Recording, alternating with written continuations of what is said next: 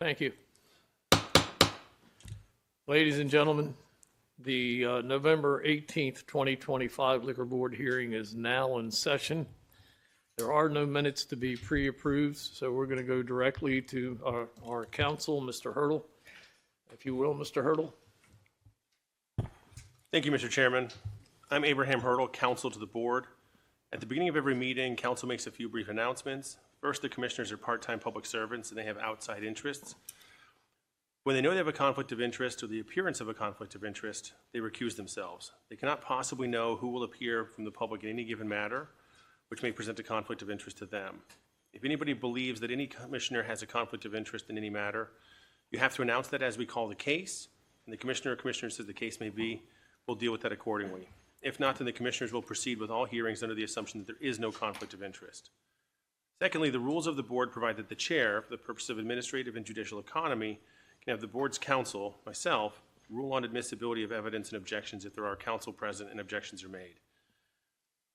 The board hears many cases at every hearing, and this assignment allows us to expedite the hearing. So rather than the chairman turning to me and me advising the chairman, I'll simply make a ruling, and my ruling will be that of the chair. Chief? Thank you, Mr. Hurdle. As a reminder, please silence all your cell phones, cellular devices, and we'll proceed. Our first case is for Angel Share LLC, trading as Angel Share Wine and Spirits. Caitlin Hall, managing member. She's been excused. Joseph Baldwin, member. Jason Scott, Lockhair, clerk. Detective Middleton, badge 1061. Detective Mountcastle, badge 1155. Inspector Jason McCarthy. This is for a a Class A package of goods store. Beer, wine, liquor with BWL tasting and Sunday license located at 2299 Johns Hopkins Road, Unit A, Gambrels, Maryland, 21054. This is for a violation of the rules and regulations of the Board of License Commissioners for Anne Arundel County, Chapter 4, Section 4.01A, titled Minors, in reference to Anne Arundel County Police Report number 25-728311 by Detective Middleton, badge 1061, and Detective Mountcastle, badge 1155, incident date August 26, 2025. There's a second violation for violation of alcoholic beverages and cannabis article, annotated Code of Maryland, Title 6, Section 6-304, titled Selling or Providing Alcoholic Beverages to Individual Under the Age of 21 Years in reference to Anne Arundel County Police Report number 25-728311 by Detective Middleton, Detective Mountcastle, same incident date, and a third violation of rules and regulations for the Board of License Commissioners for Anne Arundel County, Chapter 3, Section 3.12, titled Licenses and Documents in reference to Anne Arundel County Police Report 25-728311 by Detective Mountcastle and Detective Middleton, same incident date. Anyone wishing to testify for or against, please come forward, raise your right hand, and remain standing. Thank you. Sir, are you testifying? Thank you. Do you solemnly swear and affirm under the penalty of perjury that the testimony you're about to give is the truth, the whole truth, and nothing but the truth? I do. Please be seated. Starting from my left, if you could state your name and address for the record. Detective Thomas Middleton, Anne Arundel County Police. Joseph Baldwin, live in 808 Homestead Lane, Crownsville, with Angel Share. Samuel Cheney, 2701 Middle Neck Road, Odenton, Maryland, 21113, General Manager of Angel Share. Jason Lachar, 628 Woodlot Trail, Annapolis, 214101. Evan Pickett, attorney on behalf of Angel Share, 203 Benfield Road, Severna Park, Maryland, 21146. Thank you, everyone. Mr. Hurdle. Detective? Good evening. Detective Middleton, Anne Arundel County Police. This incident was August 26th of this year, 2025. It was approximately 8 p.m. Detective Mountcastle and I were working Operation Save, conducting alcohol sales compliance checks for retail businesses. We directed a confidential source, 20 years of age subject, to enter the Angel Share Wine and Spirits at 2299 John Hopkins Road, Unit E. Everett in in Gambrels, Anne Arundel County, Maryland. We verified our confidential source's age to Maryland Motor Vehicle Administration, provided a certified copy of the driver's license identification. The source, confidential source, was searched prior to the detail to make sure she did not have any money, alcoholic beverages, or other identification on her person. We observed the CS enter the business. CS went in the store, picked out an 8-pack of High Noon vodka seltzer and a miniature bottle of Fireball whiskey, and took it to the front counter. The clerk did not ask the CS for identification. The CS was given official Anne Arundel County funds, was able to purchase the High Noon vodka seltzer and the Fireball whiskey from the clerk. The CS exited the business, immediately turned over the alcoholic beverages to us waiting outside. We know through our training knowledge experience that both the High Noon vodka seltzer and Fireball whiskey are alcoholic beverages. We entered the store, identified ourselves as police officers, identified the clerk as Mr. Jason Scott Lawnchair. He's seated over here to my left. He was advised of the violation. He advised that he's been working at the store for almost 7 years and was alcohol awareness trained. He stated that he thought the CS was old enough, and that's why he didn't ask for identification. He advised that he believed he was on the manager's agreement with the liquor board. There was one other stock clerk in the store at the time. The Anne Arundel County liquor license was not displayed on the wall. It had to be located lying flat on top of a mini refrigerator on the counter. A photograph was taken of Mr. Lawnchair, the Anne Arundel County liquor license, also the High Noon vodka seltzer and the Fireball whiskey, which was subsequently destroyed. The clerk was cooperative, and the store was not busy at the time of the sale, and a copy of this report was forwarded to the liquor board. That would be my statement of facts.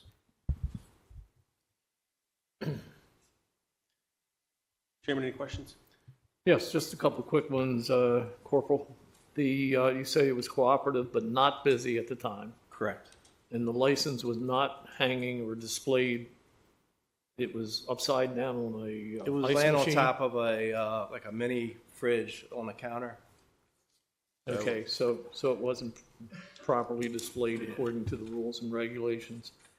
Okay, I have no further questions at this time. Commissioners, any questions? I have no questions. Counsel, did you have any questions? I do not. Counsel, I'm going to turn the case over to you then. Good evening. I'd like to start by asking Mr. Lawnchair a few questions, and then I'd provide the rest via proffer, if that's okay with the commissioners. Mr. Lawnchair, how long have you worked for Angel Share? Approximately 7 years. And prior to working for Angel Share, you worked at Dawson's, is that correct? Correct. How long did you work there? About 4 years. And over that course of time, 4 years at Dawson's, around 7-8 years at Angel Share, have you ever received a violation before? I have not. So what happened on it was 8/26 of this year? What happened that evening? The person came in and was shopping. The store was actually a little bit busy. I was the only person up at the front. We do online orders as well as tastings and stuff. So I was back and forth doing a little bit.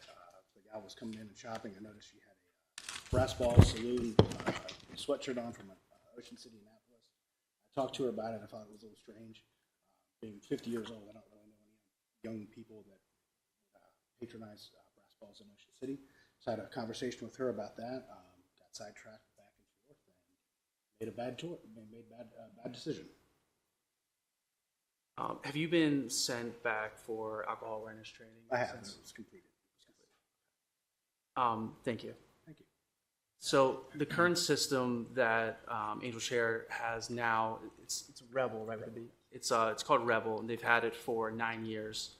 The system, when a transaction is being completed, it gives you a prompt that says, has the customer been ID'd? And you can imagine over 7 years of using that system, you become very accustomed to just clicking yes, yes, yes. So what Angel Share is doing, they are moving to a new POS system called Lightspeed. It's a very big company, and a new age verification system called Hyperspace ID, which requires an ID to be scanned with every transaction. What happened was a human error, and so we're trying to eliminate the human error by investing in this new age verification system. We have the goal of having that up and running by December 1st. As you can imagine, when you have two different POS systems and a new age verification system, they've got to migrate a lot of data and get all that set up, so it takes a little bit of time. Now we're heading into the holidays, but they are diligently working on getting that up and running. And I just want to highlight a few things just to show the board that Angel Share takes the violation very seriously. They've have roughly $65,000 invested into their old system over the last 9 years, and more importantly, they have 8 years worth of data on that system. And speaking with Mr. Cheney, who really runs Angel Share, that data is crucial for one, tracking what times of the year certain product needs to be increased or decreased, customer list, customer data. They send out marketing to a lot of customers about, they might know one customer in particular likes wine and not whiskey, so they don't send them a bunch of whiskey ads. So that data is very valuable. And switching to this new system, they're going to lose all that data. They're going to spend $4,000 to be able to keep 1 year's worth of it, but they're going to lose effectively 8 years worth of that data. So I just, again, highlight that this is not an easy transition, but they're doing it because they take it very seriously, and they want to ensure that this doesn't happen again. That's the conclusion of my... Chairman, any questions? No, I don't, but I noticed your alcohol awareness, you still have another year. So you've been into this particular alcohol awareness 3 years before that one expires, which is next November, I believe it is, Mr. Lawn Chair. You're an experienced alcohol salesman. You have a lot of tenure and time. You have a lot of experience, I'm sure a lot of sales, and I'm sure you're a valuable customer. But the value in cases such as liquor stores and alcohol licensed establishments is not just in your experience, but in your knowledge and awareness. And that's why we try so hard to make sure everybody is trained with and certified with alcohol awareness. I have no real questions for you at this time, with the exception of, did you realize after you did it at any point before the officers came in that you should have? No, sir. Okay. All right, no further questions. Commissioners, any questions? I have one question about the new system that you have. Can that also be overrode? No. No, it has to show an ID. What will happen is once you ring all the items up, you can ring everything up. Every category that's alcohol is flagged as alcohol or an age verification. As soon as you hit the sale button, whether to go to the pay screen, it instantly pops up and you have to scan. Commissioner? I have no questions. Mr. Chairman? Okay, gentlemen, first of all, I am glad you're going to a different system because obviously the other system just failed you. And by failing you, it's cost effective to find another system. I am a little bit aware of that system, and I do believe it's a pretty good one from what I've seen. So congratulations on that purchase, and I know it probably cost you a pretty penny. Looking over everything, I noticed two things. One, you have a restriction that was put on in November of 2023 that says all employees must be certified in a state-approved alcohol awareness course within 30 days of hire. I'm going to make a motion that we change that, and I'll explain that to you in a second. But I'm also going to make a motion, and this is your third alcohol violation for non-compliance in 6 years, but we only consider the last 5. So we're going to take one of those off, but that still makes this your second alcohol awareness violation within a 5-year period. The last time you paid a penalty, and I'm going to make a motion that we have that same penalty because of the 5-year period. So my motion is that we find you guilty of the charges for minor and under age 21. Each one of those carry a $1,000 fine. I'm also going to fine you $100 just for the fact that the license wasn't properly displayed and should have been, and please make sure your employees are aware of that. I'm also going to change the restriction from the one I just read that was given to you on November 14th, 2023. I'm going to put a new restriction that says all individuals working at a point of sale must be Maryland-approved alcohol awareness trained. That means anybody behind that register has to be alcohol awareness trained. Yes, sir, and that's been our policy since day one. Good, thank you. So it shouldn't affect you other than what's already done. Okay, that's my motion. I'm looking for a second. I second the motion. I have a second. All in favor? Aye. Aye. Aye. So be it. And please be careful. Thank you. Okay, thank you. All right, our next case is for Bill's Lounge and Liquors, Inc.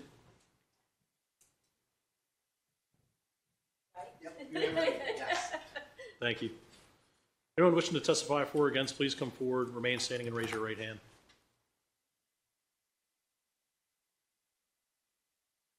Detective Middleton, you're okay. Stipulates, please. Correct, thank you.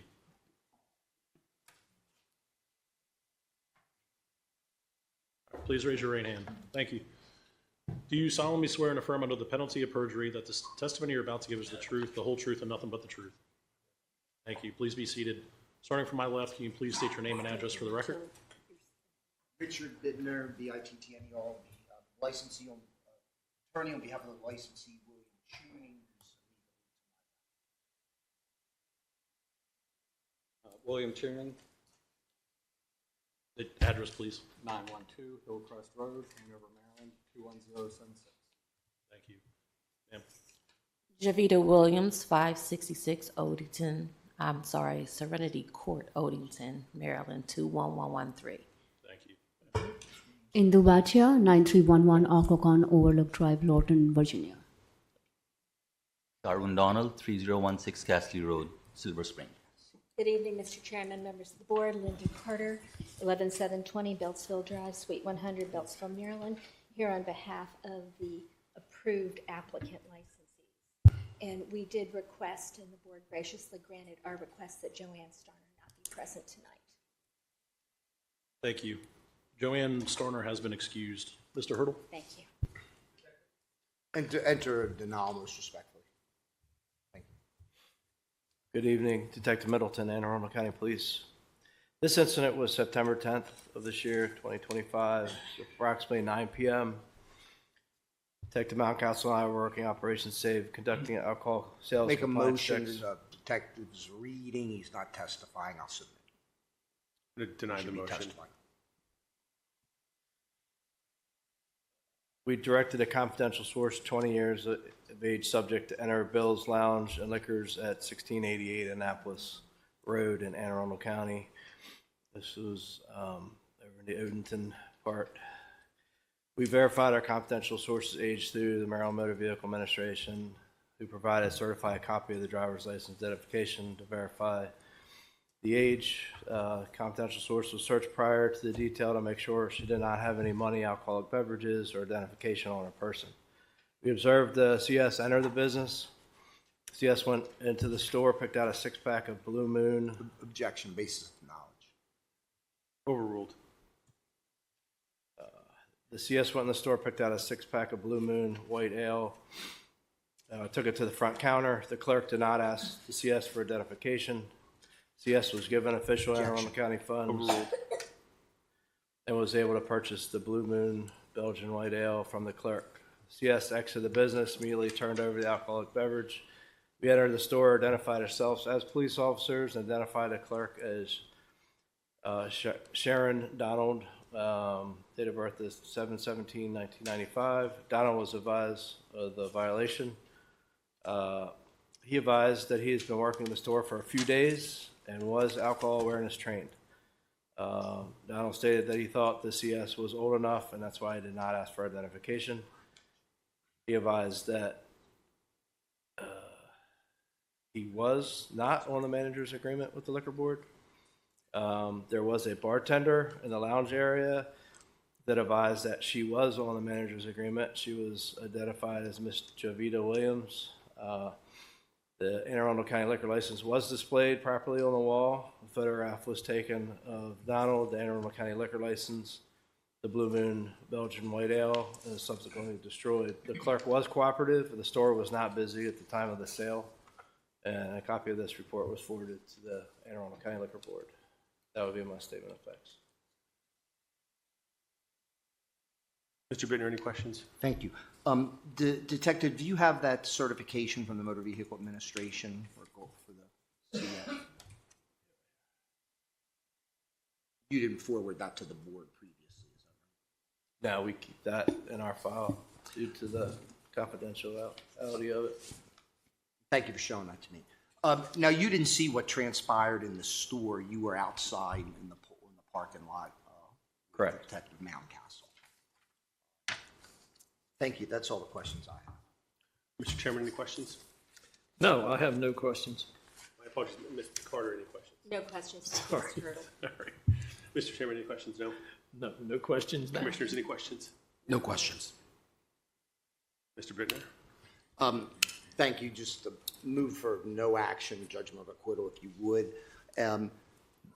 Submit, like to be heard very briefly in mitigation, and then if the board please, I'll turn the lion's share of mitigation over to Ms. Carter. Before we move on, I just wanted to deny the motion, and we can move on to Ms. Carter. Thank you. Good evening, Mr. Chairman. Well, if I members may, of one moment, because I thought I'd ask for a minute before we move on to her, that she could speak in mitigation. And I think what I'm going to say, and it'll be very brief, the board already knows, Mr. Tuning is not the operator. He's selling the business. He sold the business. He's been trying to finalize that through no fault of his own. He remains the landlord. He has a security interest in the license. So we're here simply asking the board not to penalize Mr. Tuning with the loss of the license. With that, I turn it over to Ms. Carter. Thank you. Thank you, Mr. Bittner. Good evening, Mr. Chairman, members of the board. With the board's permission, if I could do this by way of proffer. And then we do have the clerk, we have the manager that was on duty, and I have one of the incoming licensees that will gladly answer any questions that you have. First and foremost, obviously, we're not happy to be here tonight, not for this. My clients, Ms. Starner and Ms. Indu, take the privilege of being able to sell alcohol very seriously because Bill's is, quite frankly, worthless without an alcoholic beverage license. And they have been steadfast in their efforts to ensure that staff does what they're supposed to do.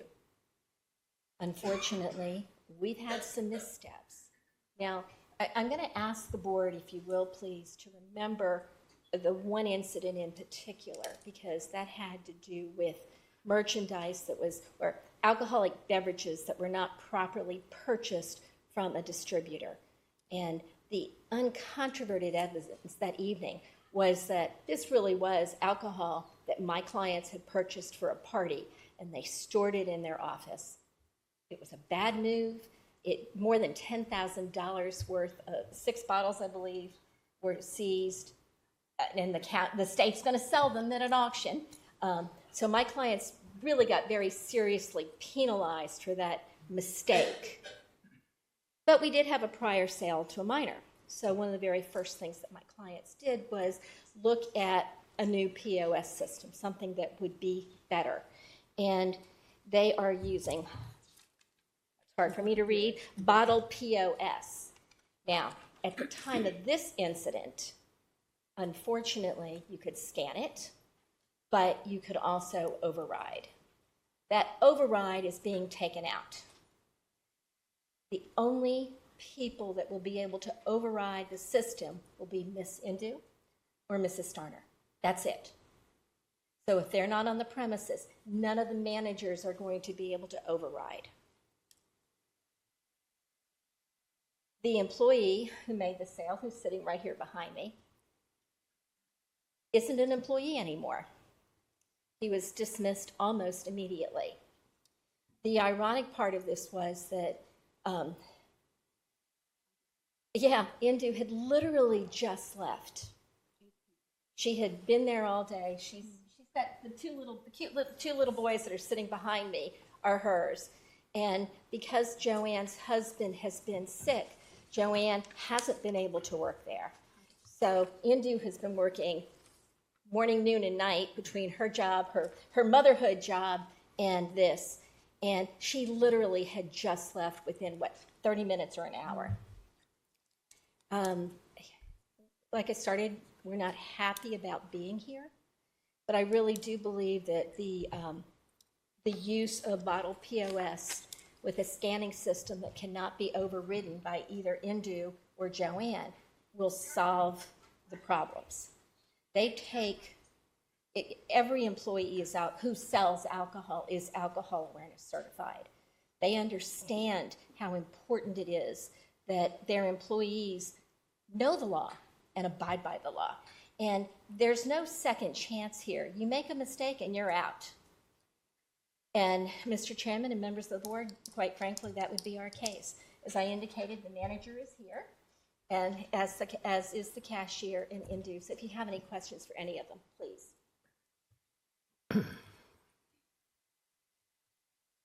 I do have a question. Sharon Donald? You say you were alcohol awareness trained? I didn't get it. Do you have an alcohol awareness training certificate? You know. You don't have one. That was in the police report, but he literally was his first day on the job. Yeah, that was my okay. first day.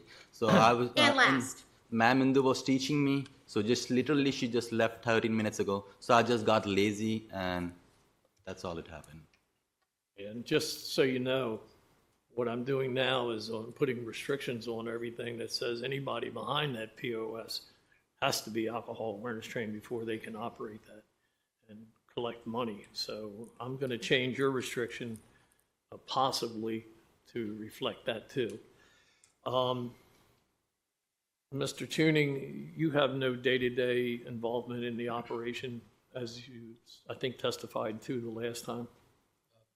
I still submit the management agreements to the liquor board. Okay. Since I'm the licensee, that's how I know that they do train their people. Other than that, day-to-day operations, no. I go in every once in a while and look around, make sure Sure. licenses are on the wall. Understandable.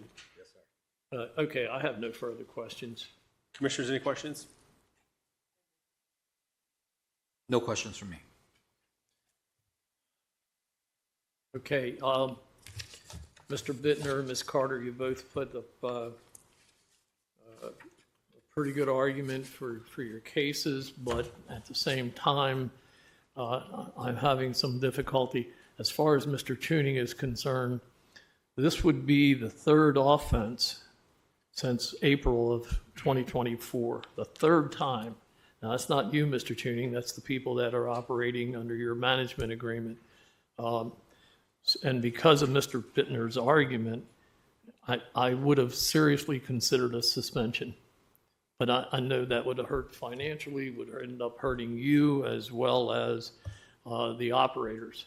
So I'm not going to take it into consideration this time. Thank you. But I am going to tell you, I think the last hearing I testified, or I mentioned that I was going to put a restriction on a license that said once this transfer takes place, they were on a 24-month probationary period. And this doesn't look good. This is the third offense. And but with that being said, what I'm going to do is I'm going to go ahead and make a motion to assess a fine of $1,500 for each of those charges, which is a total of $3,000. This is the norm for a third offense within a 5-year period, just so you know. But I'm not going to make a motion for a suspension. I am going to make a motion that we remove the restriction that was put on in 2002, which gave you 60 days to train somebody for behind the POS system. And it's the new one will read all individuals working at a point of sale must be Maryland approved alcohol awareness trained and certified.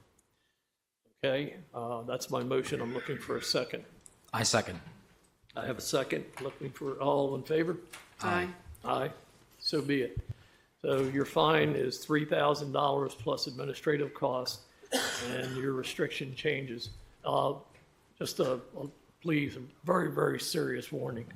If I see any of you back here anytime soon, it won't be this easy. And I know it sounds hard, but trust me, it won't be. Okay? Thank you. Good night. Thank you, Mr. Thank Chairman, you. members of the board. All right, our next case is for MPX LLC, trading as BWI Liquors. Thank you, sir. Anyone wishing to testify for or against, please come forward, remain standing, and raise your right hand.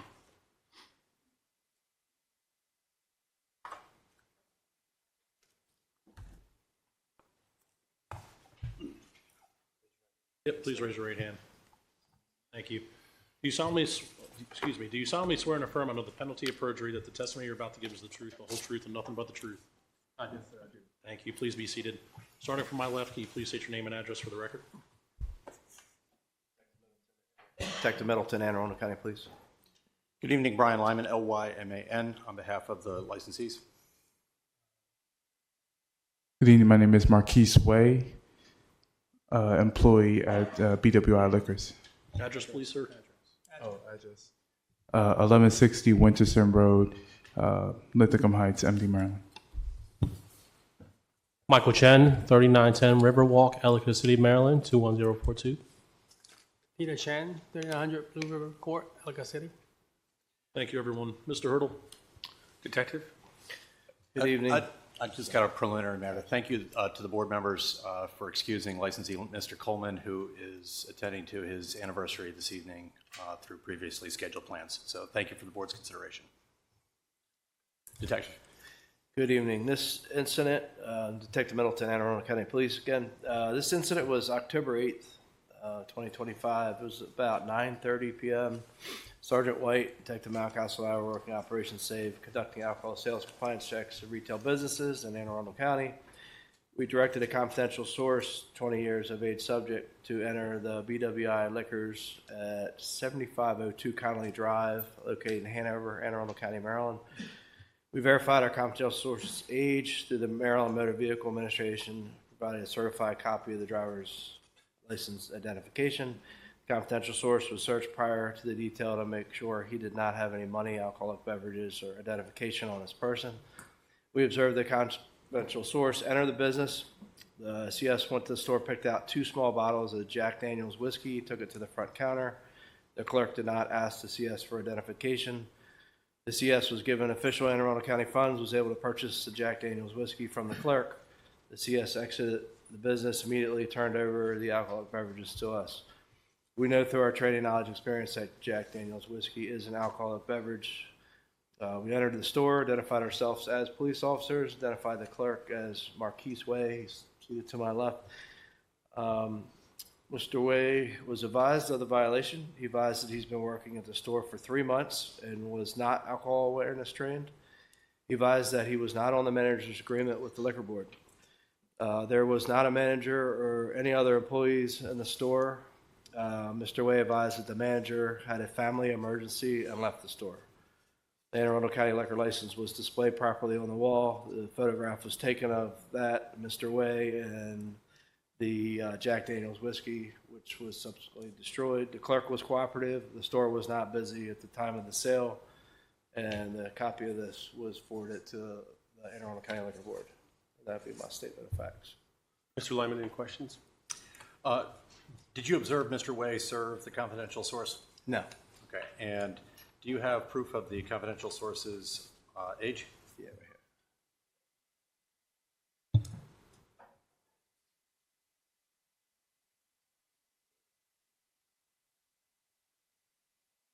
Oh, it's very strange.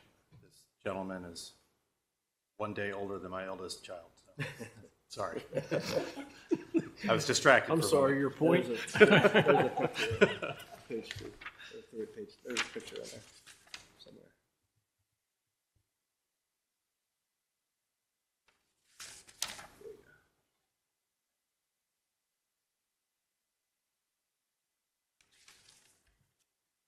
Mr. Way was cooperative? Yes. No further questions. Mr. Chairman, any questions? No questions. Commissioners, any questions? No questions. Mr. Lyman? Mr. Chairman, board members, I'd like to point out that my clients are unhappy to be here, and hopefully they're learning the error of their ways. Mr. Way was a new employee. He was not alcohol trained, as you heard. That is accurate. He has now been alcohol awareness trained, which in our meeting prior to the hearing, I explained to Mr. Way probably should have happened before he was allowed to operate the point of sale and the register for any purpose. I advised them of what the board's practice has been as of late to add a restriction to the licenses, denoting such a restriction as we heard in the last 2 cases, frankly. Michael Chen is the person who made the mistake here. Michael Chen spends 6 days a week at this store. He is on site most times for most of the sales that occur at this premises. Peter Chen mans the store on Sundays, and they have Mr. Wei and one other employee. So between the four of them, they are at the store when the store is open. That has been a model for them that has worked relatively well over their entire duration at the store. I believe that this is their third violation since 2009. I have one in my file from 2012, and I have one from 2018. Those are the two prior violations that these licensees have before the board for this location. Basically, Michael Chen made a mistake. His daughter was ill at home, and he should have locked the premises when he left the premises and dismissed Mr. Wei from his hours that evening, and instead he made a mistake. This is later in the evening, and he ran home with the intent to return back to the store, and Operation Save got a violation. Mr. Wei has been working in the store for about 3 months.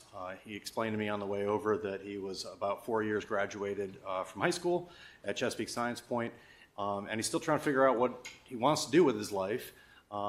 And for now, he's not been let go from his position. In fact, the managers, Mr. and Mr. Chen, have made this a learning opportunity for Mr. Wei.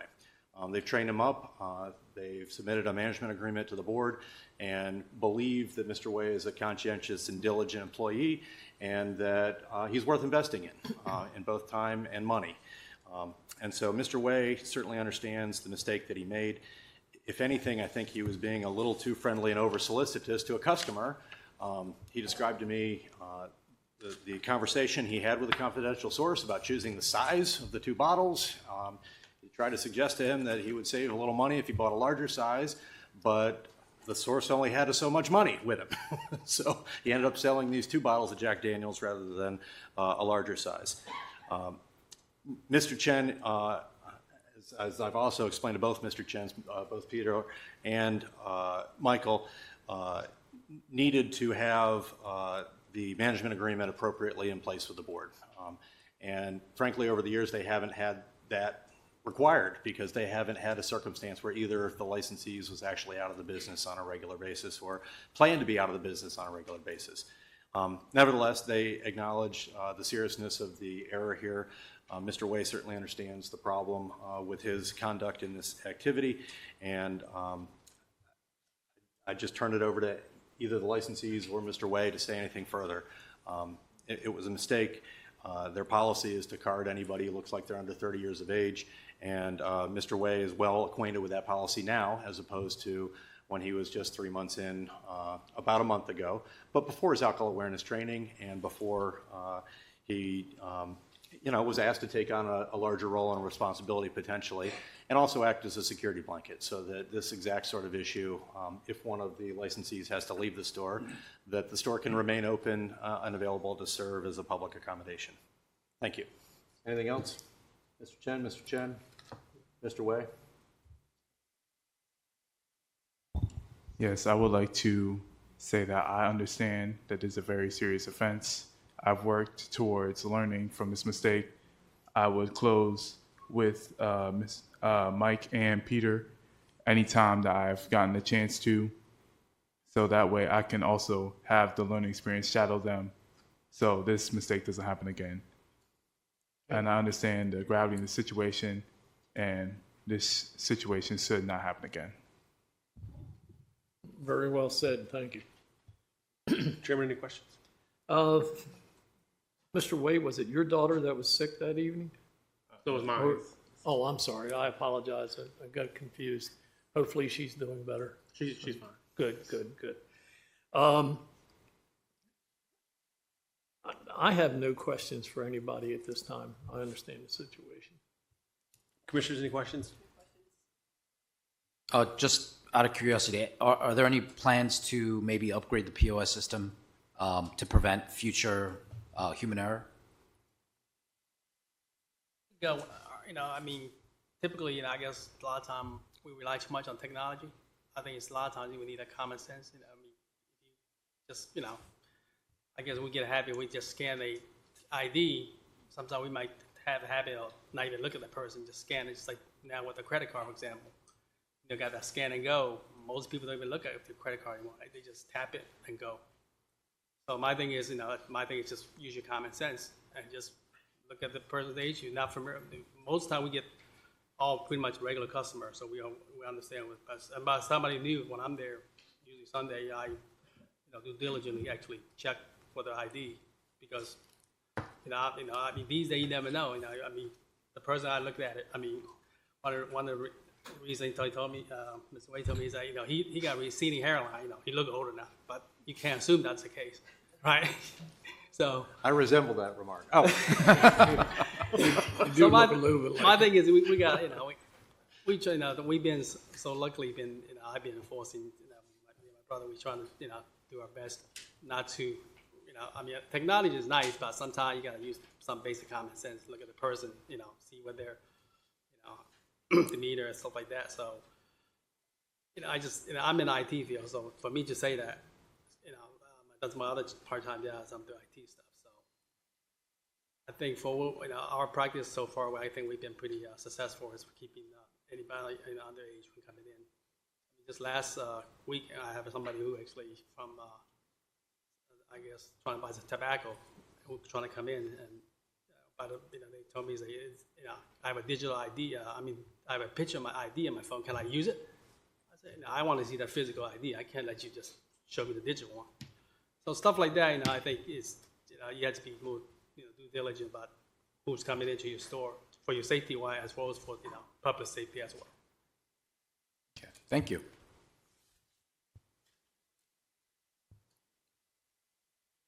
Okay. Taking everything into consideration, and I think the last sale to minors was back in 2018, and previous ones and so forth, but nothing within the last 5 years. So that kind of works in your favor in the fact that you've done a pretty good job of overseeing it, or at least you haven't been caught. I'd like to say you did a good job. The normal motion I would make for something like this, first offense within 5 years, is $500 for sale to minors and sale to someone under the age of 21. That's $1,000 for those two. So I'm going to make that motion. I'm also going to make a motion that for the alcohol awareness violation, there'd be a $100 fine. And I'm going to add a restriction onto this license, and I'll explain that in a second. You've already heard it 4 times this morning, or this evening. The fourth charge, that's ownership and operation. That's basically the failure to oversee the operation, and I'm going to find you guilty of that and make a motion for a $250 fine. So all total, what I'm saying is I'm going to find you guilty of all the charges. That's the motion. And $500 for the alcohol sale to someone under 21 as well as minors, $500. Alcohol awareness, $100. And $250 for the ownership and operation. That's a total of $1,350. And please keep in mind, this is your first offense in 5 years, and hopefully your last. I know it's difficult, and I know, and I appreciate the fact that you're learning and trying to learn, and hopefully this is a lesson that's going to stick with you, because if any of you's come back in here again, I don't think the motions will be the same. So those are my motions. I'm looking for a second. Oh, I'm sorry. I want to add a restriction that I talked about. It's the same one you've heard me say 4 previous times. Anybody working behind the cash register at a point of sale, they must be alcohol awareness trained on day 1.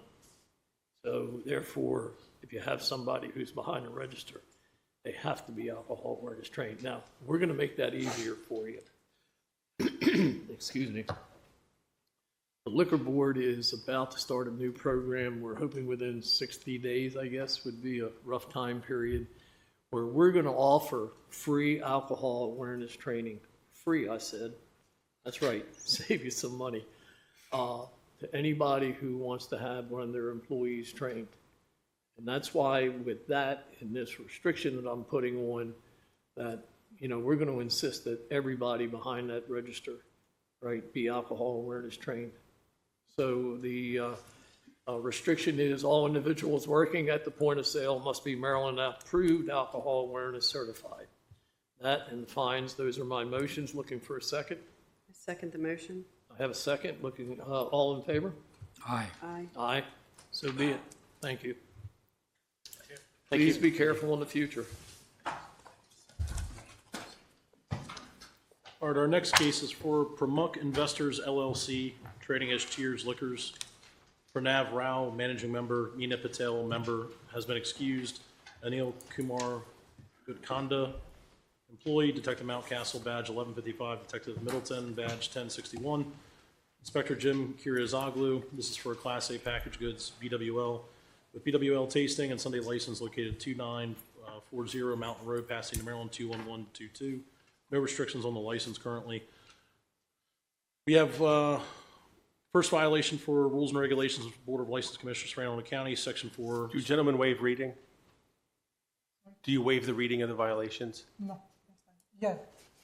You understand what that means? Yes, yes. Okay, so you're okay with him not reading the rest of that? Yeah, yeah. Okay.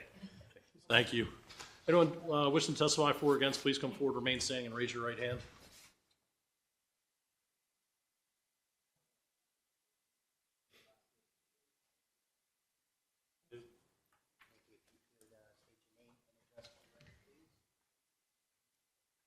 Pranav Rao, owner of the Cheers Liquor, live in 8365 Sunset Drive, Ellicott City, Maryland.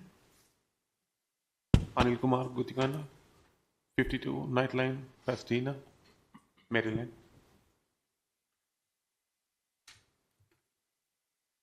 Detective?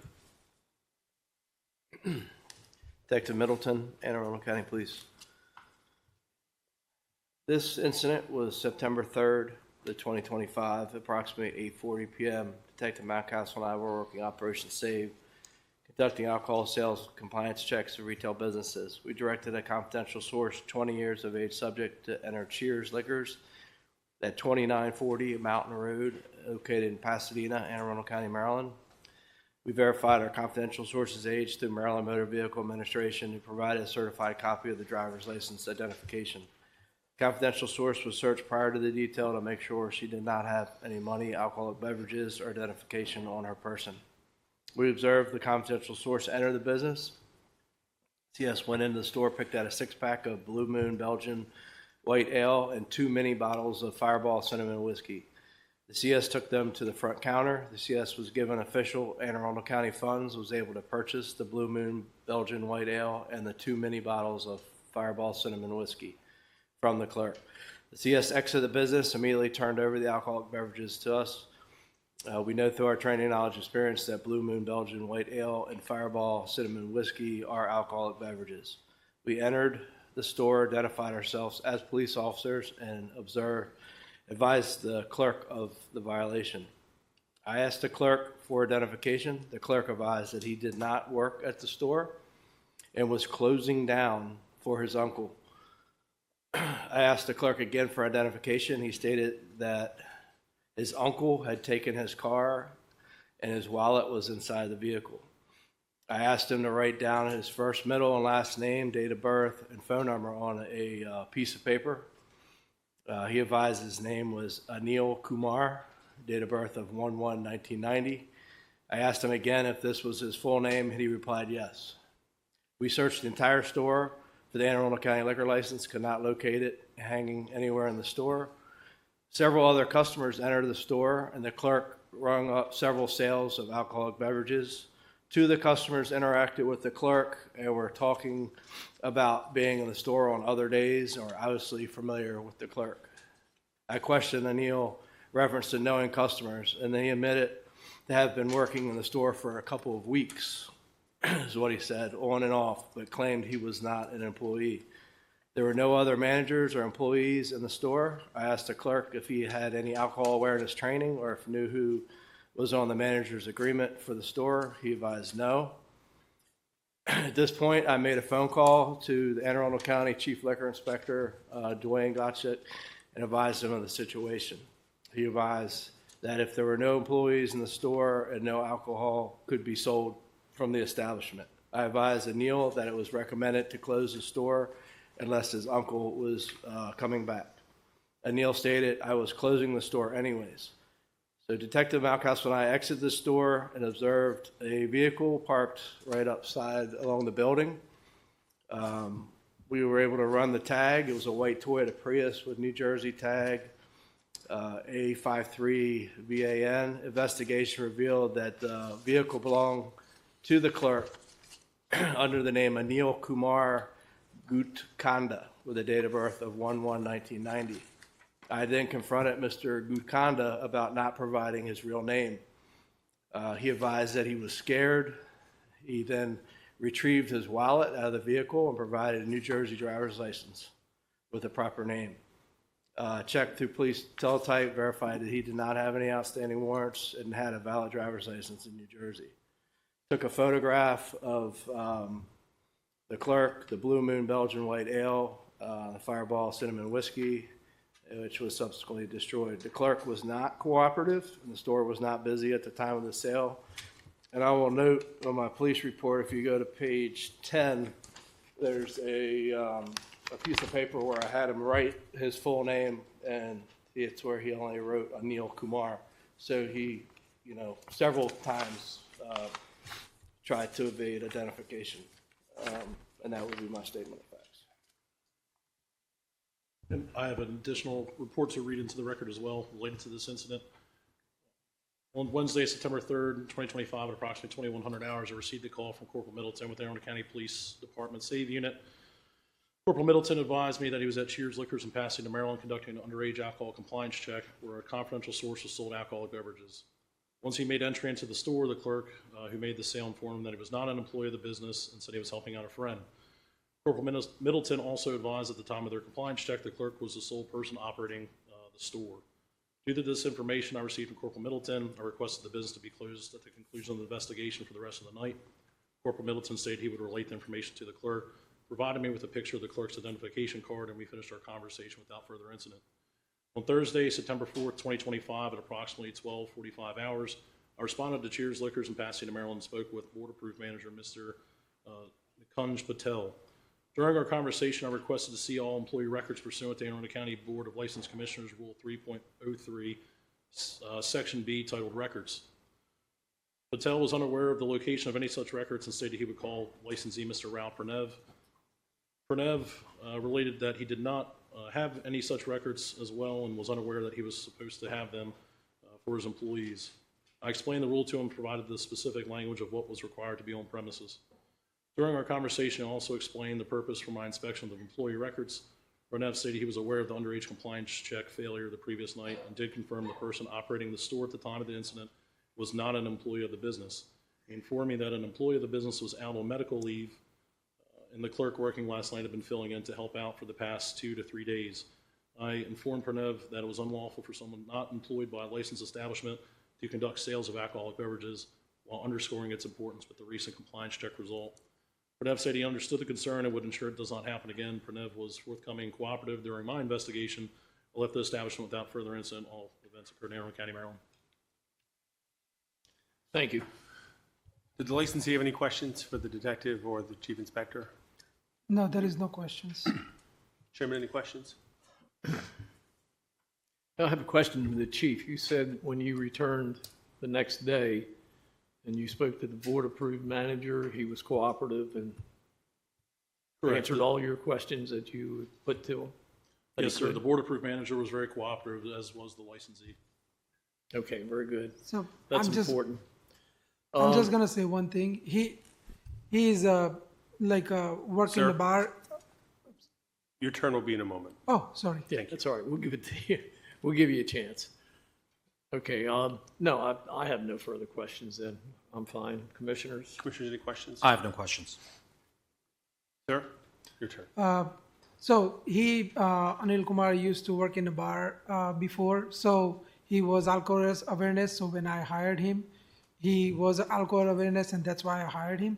Also, another thing is he was supposed to go home earlier on that day, but because of my manager was had to go home because of his kids, that's why he stayed, and we decided he will close the store at 9 o'clock. And another thing is I have submitted everything to the liquor board for management agreement and everything recently for with his alcohol awareness license and basically everything. But he served to minor first time, so he got scared when the officers came and asking him everything.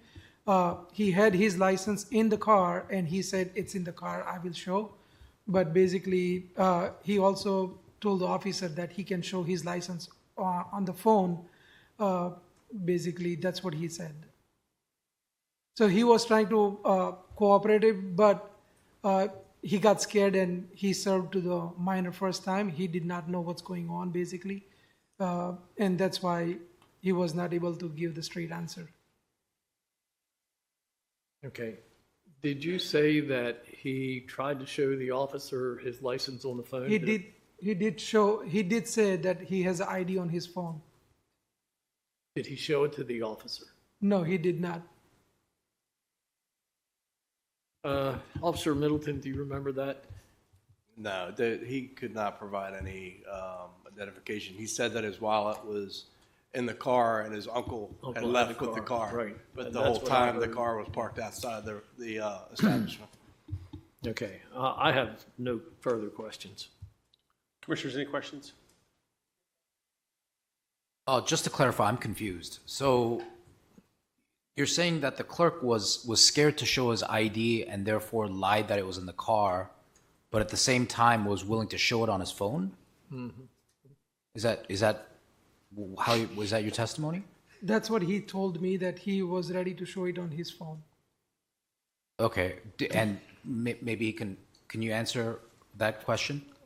Actually, I was thinking to show in my phone though, but I was scared, I was in panic, so I could not able to, like literally that was my first time, so I don't know what to do. I was literally be panic or I was scared.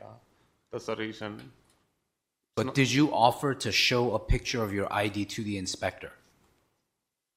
Like later when I go out, once the incident happened. Later, after he had discovered that your car was there? Yes. Okay, but at that point, your real ID was in the car as well? Yep. That's so you could have just shown him the real ID instead of a picture of your ID, is that right? Yeah. I can show like the picture on the real ID or both are the same. I had a picture in the phone as well though. I was trying to search in the phone, so I was scared, so I went outside to get my ID. By the time when I was trying to get the ID from my car, the officer discovered it was my name and all everything, so I said like, here is my ID. But just to be clear, initially you did not offer to show your ID with a picture on your phone? No. Okay, thank you. Okay. Thank you, Commissioner. That helps, I think. Okay. Mr. Chairman? Okay. This is a prime example of what you shouldn't do when you're running a liquor store. I mean, we have 8 charges here. Yeah, I see. We have somebody who should not have been in the store at all by themselves. They were not alcohol awareness trained. They did not cooperate. It's just one bad thing after another. And on top of that, this is the 3rd time in 3 years that you've sold to minors. 3rd time. First thing I'm going to do, and it's the least thing, is put a restriction on your license, like I did everybody else tonight, that says all individuals working at a point of sale must be Maryland Alcohol Awareness Certified. Neither this gentleman or anybody else can be behind that register unless they're alcohol awareness trained. You've heard me talk about the free courses we're going to offer. They're still available, not necessarily free, but they're available now. So if you needed to pursue it, you can. Now, let's talk about the charges. I'm going to make a motion. I'm going to find you guilty of all the charges, every one of them. And because this is the 3rd offense in less than 3 years, 3 years.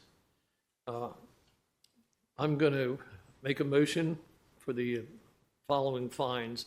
For minors, $1,500. That's the normal third offense fine. For under 21, $1,500. For the third charge, alcohol awareness program, $100. For the fourth charge, ownership and operation, that's $500. You should have been in control of that. And I know it's difficult, but it's something you need to do. The fifth charge is cooperation. Well, I'm sure it goes unsaid. There was no cooperation. As a matter of fact, it was the opposite. And that's a $300 fine. And for the sixth charge, the documents, licenses and documents, that's going to be $200 fine. For the seventh charge, unauthorized conduct, $500, and $300 for the final charge of records. Records should have been available. Everybody, the management agreement, that's an extremely important document. We've said it over and over and over, right? If the licensees cannot be on that premises, a person whose name that appears on a management agreement must be on the premises at all times. That person must be aware of where the documents are, must be able to show those documents to the inspectors or the officers when requested. And there was total failure on all of these. If my math is right, this comes up to a total for all 8 charges of $4,900. And I'm also, because of the multitude of violations, the actions of that night, I'm also going to make a motion that we suspend the license for 3 days. And that those 3 days will be a Friday, Saturday, and a Sunday. And if that is, if that's agreeable to the commissioners, then we'll talk a little bit more, but, excuse me. The first thing is, I'm making everything I just said in the form of a motion, and I'm looking for a second. I'll second the motion. Thank you, Commissioner. I have a second. All in favor? Aye. Aye. Okay, if you want to say something now, I'll listen to you, but you just heard the board. Please go ahead. No, basically, I understand the records and everything. I had it in the file. First, I used to have a frame. Everything was there, that it broken. But then Mr. James came in and we have everything is showing everything about the store. So anybody comes in, everything is visible and all the records are there. I also sent the picture to Mr. Jim, the inspector, after I posted everything. So he is aware that everything is there. Okay, thank you. I'm also going to add one thing. It's not part of the decision, but it's part of the operation of the liquor board. Anytime there is a suspension that takes place, and you heard me say it'd be a Friday, Saturday, and a Sunday, and I want to be careful. I don't want to do it on a holiday. I think that would be strenuous, very extraneous on you. But do we have a calendar? What's the next Friday, Saturday, and Sunday? Be this coming? Would it be December 6th? No, this is the 18th of November. Would it be this weekend, or would it be that first weekend?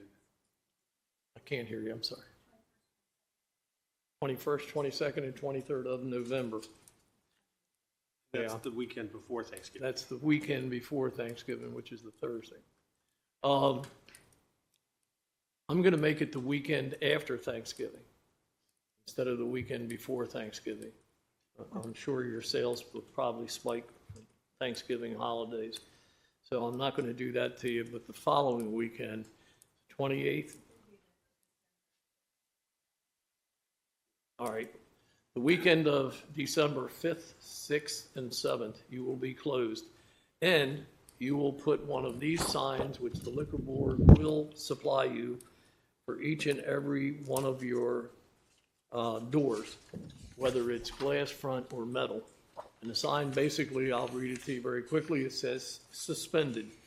By order of the Anne Arundel County Liquor Board of License Commissioners, has ordered the liquor license for, your name will go on that, no alcoholic beverage may be sold, consumed on the premises, licensed premises.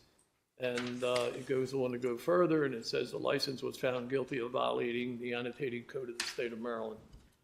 We're making this a point to put these on all doors of suspended licenses because we've showed up after suspending it and we see closed for inventory.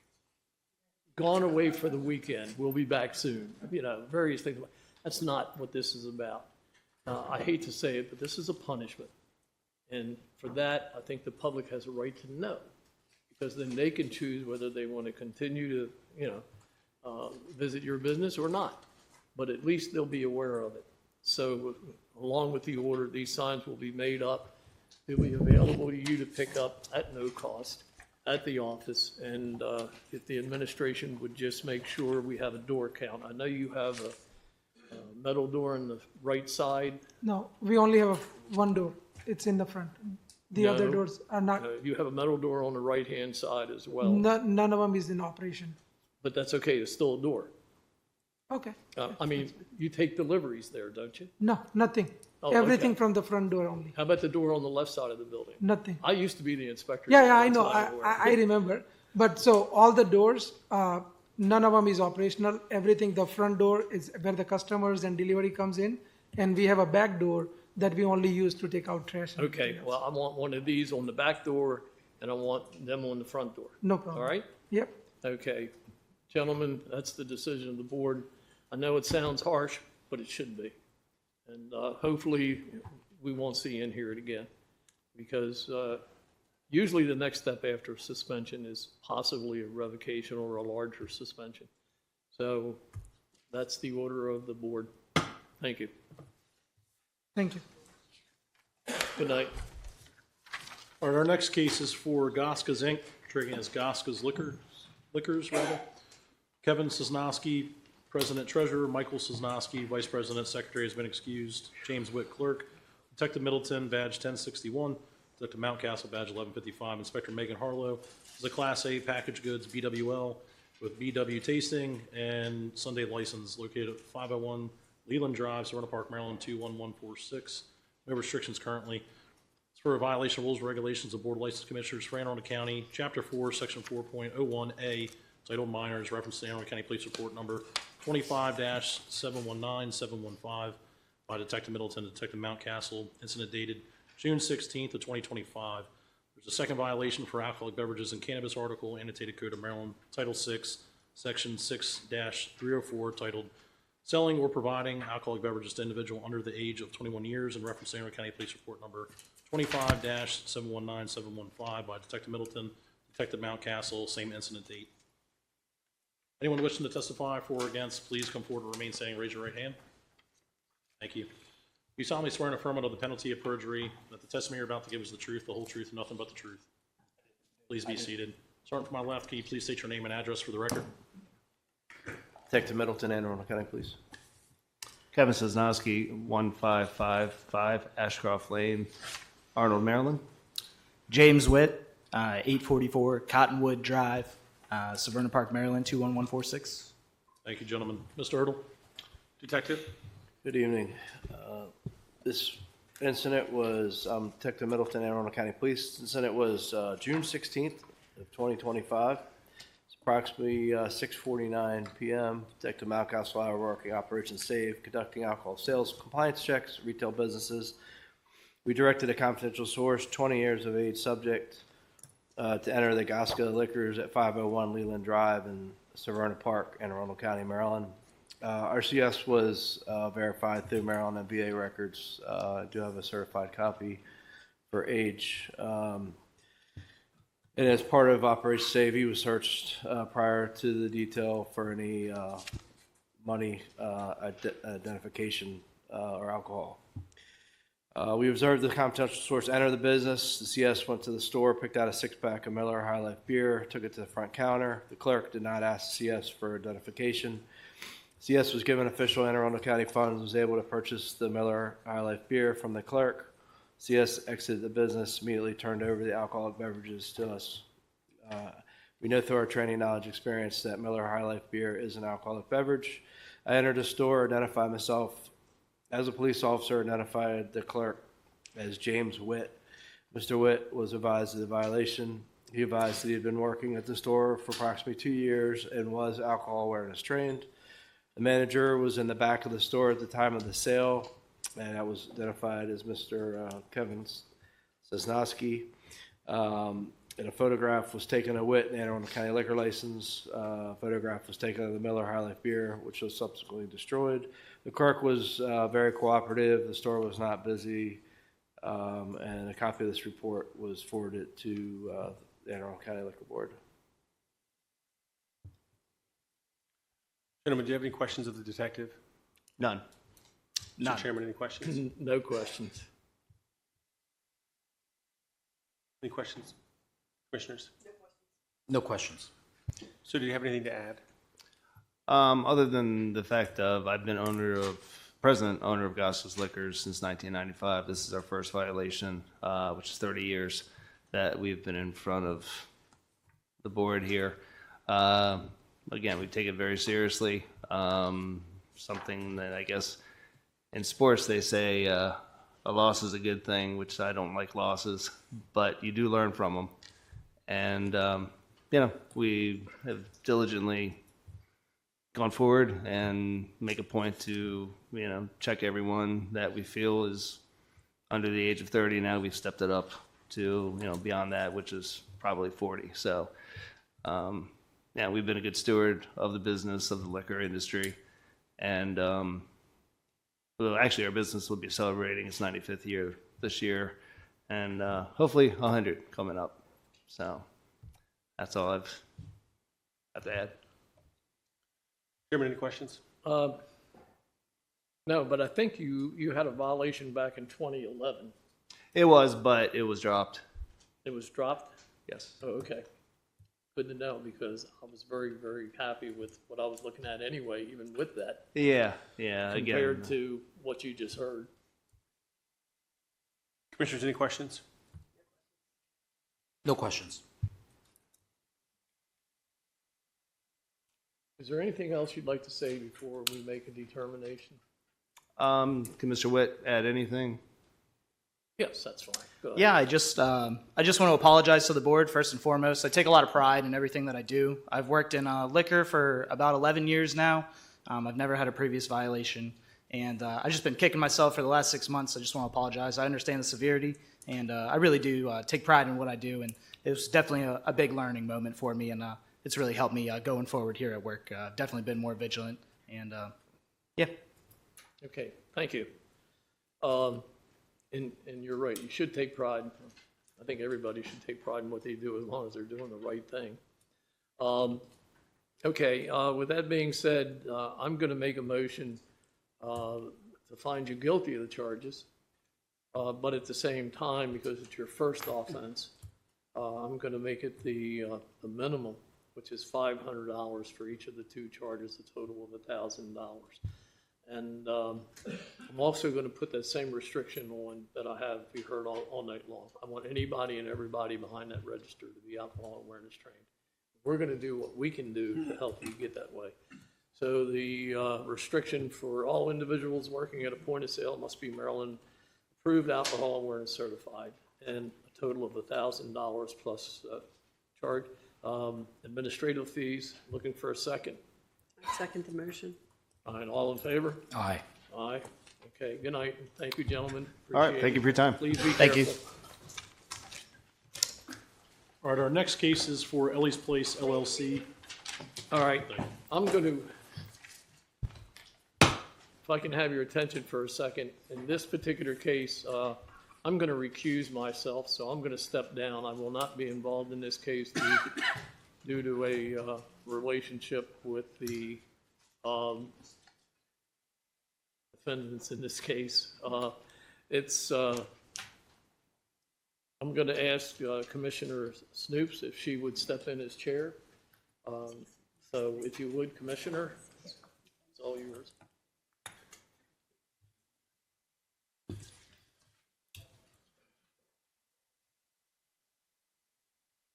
Yep. So anyone wishing to testify for or against, please come forward, remain standing, and raise your right hand, please.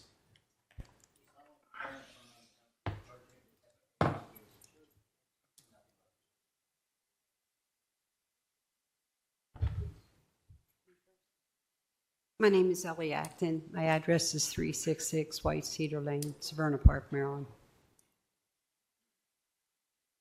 Jeremy Allen, 8306 Bannister Road, Savannah, Maryland.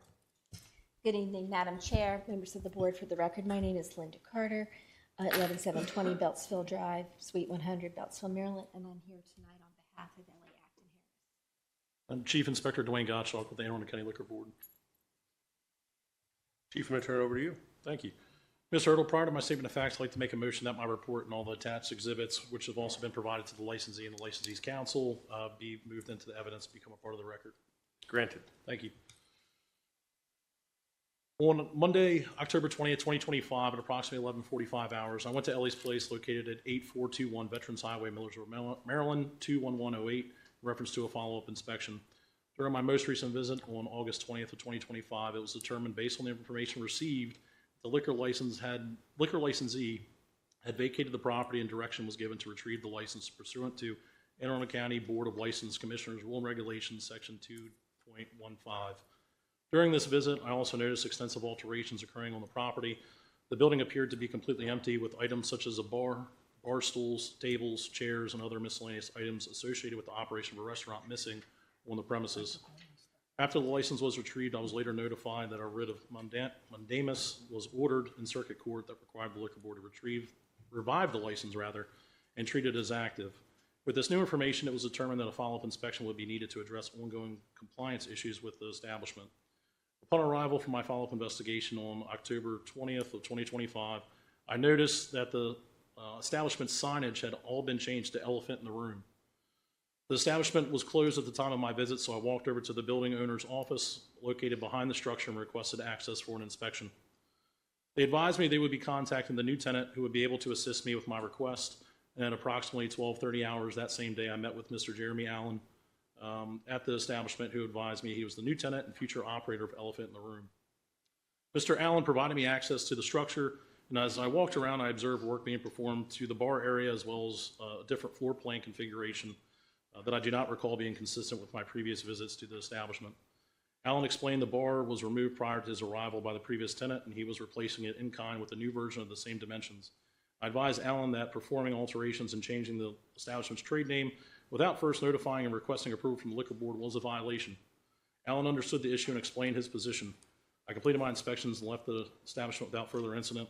A subsequent review of the Anne Arundel County Inspections and Permits records revealed that a non-residential tenant improvement permit and a sign permit had been applied for but not obtained at this time. On October 21st, 2025, at approximately 1300 hours, I met licensee Ms. Eleanor Acton at the liquor board office and discussed my observations with her. Acton stated she understood the violations but explained she was not directly responsible for their calls. Acton was aware that she was responsible, though, since she is the licensee for the establishment. I completed my conversation with Acton without further incident. Notice of violation number 1667 was issued to Acton for violation of Anne Arundel County Liquor Board Rules and Regulations 3.13 titled Trade Names, and also 4.18 titled Alterations. All events occurred in Anne Arundel County, Maryland. That is my statement of facts.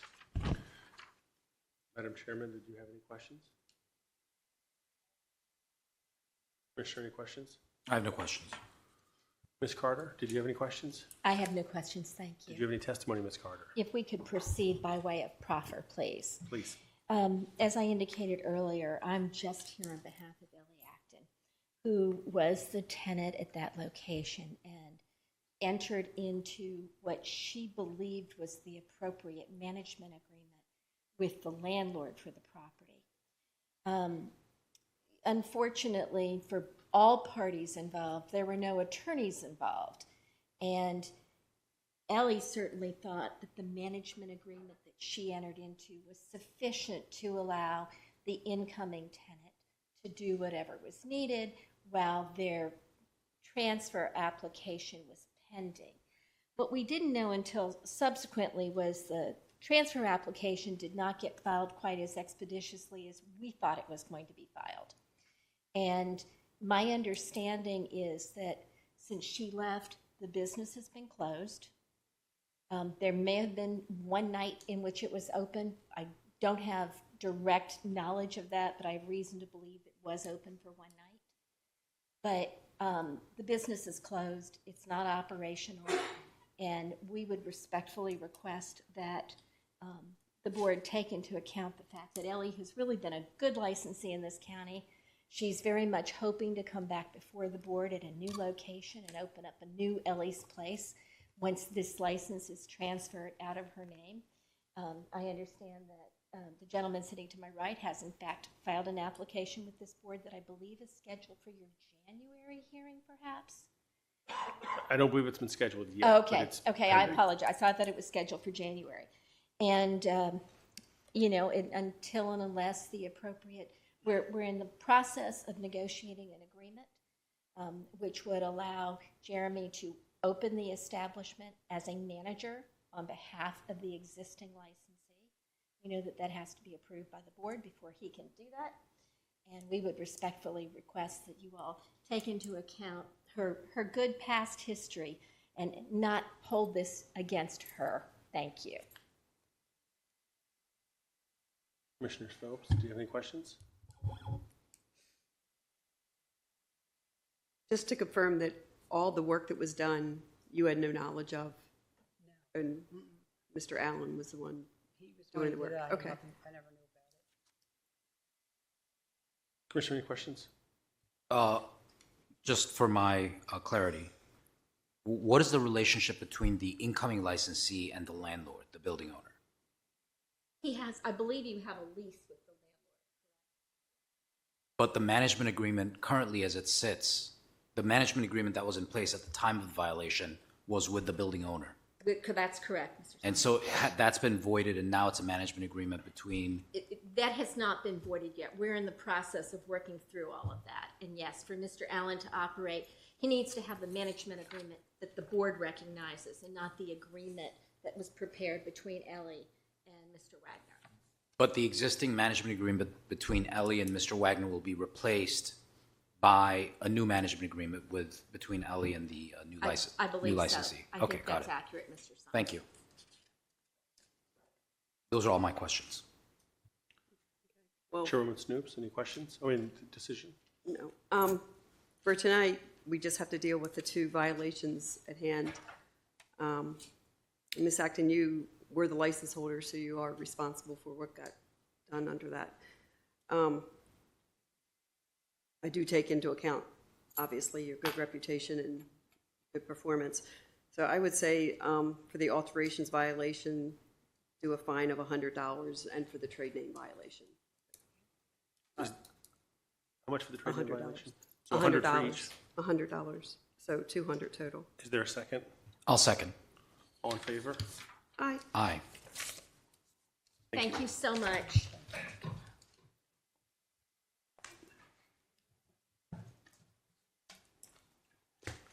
All right, our next case is going to be for Excel Holdings 8 LLC, trading as Hampton Inn and Suites.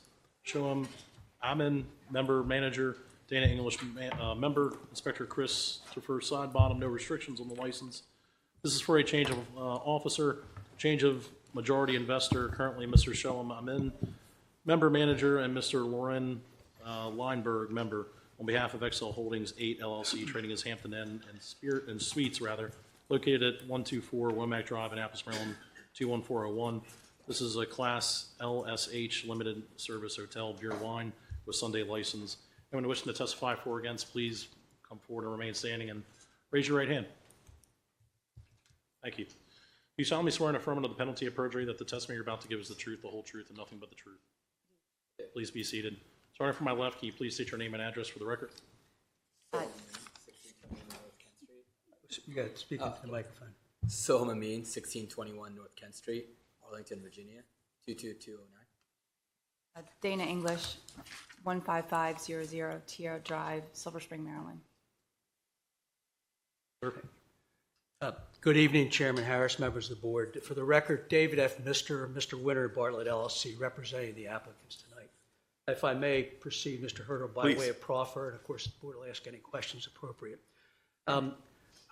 This is an existing license, as the board knows, and what we're seeking to do is replace who was the resident licensee. Unfortunately, Mr. Linneberg, who was actually an old client of mine from Baltimore County, was our resident licensee in Anne Arundel County and passed away prematurely. We substituted his wife as a temporary substitute licensee, and now we are seeking to put Miss English on as the licensee, resident licensee. She is a resident licensee. She is a resident of the state of Maryland. By way of background, the Excel Group manages 25 hotels all along the east coast of the United States. And of those, approximately 50% hold alcoholic beverages licenses. As the board knows, this is a limited service hotel license. There's no room service whatsoever. All alcohol is purchased from a pantry right next to the front desk, at which there's always an alcohol awareness certified trained employee. Often it's one of the managers who is in charge of those sales. So no one makes a sale unless they're certified in alcohol awareness training. There's 3 to 4 managers on a regular basis who are alcohol awareness trained.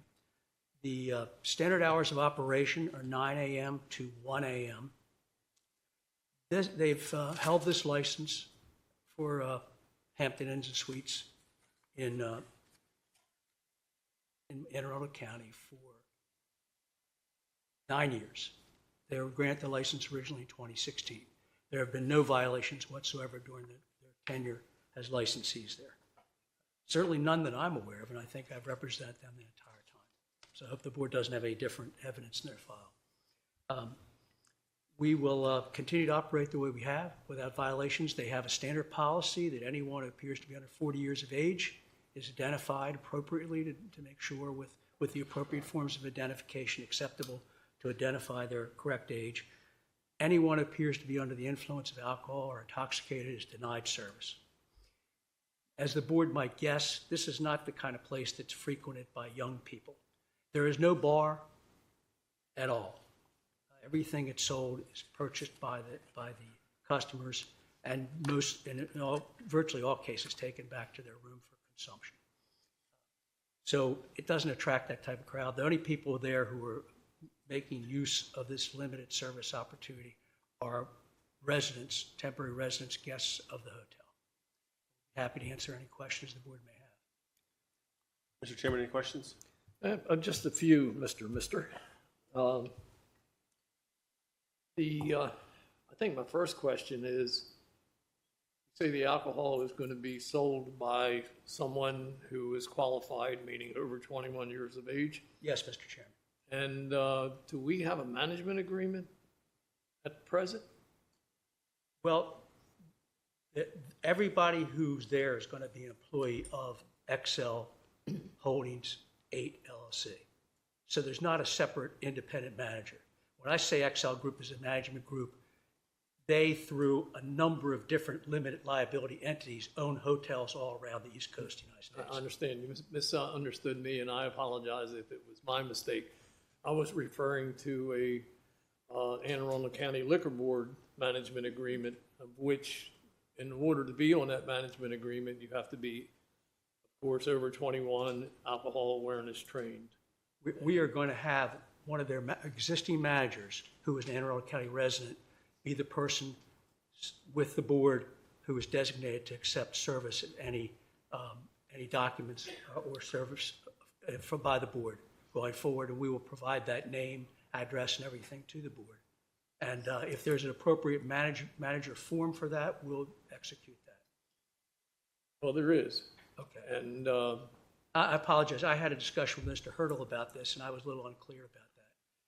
Okay. I didn't know. It varies from county to county. Everybody's got a little bit different situation as to what their manager requirements are. All right. The situation is this, and I'm going to clarify it with the restriction that I'm going to put on, which is the same one you've heard all night long, and that is that all individuals working at a point of sale must be Maryland Alcohol Awareness certified.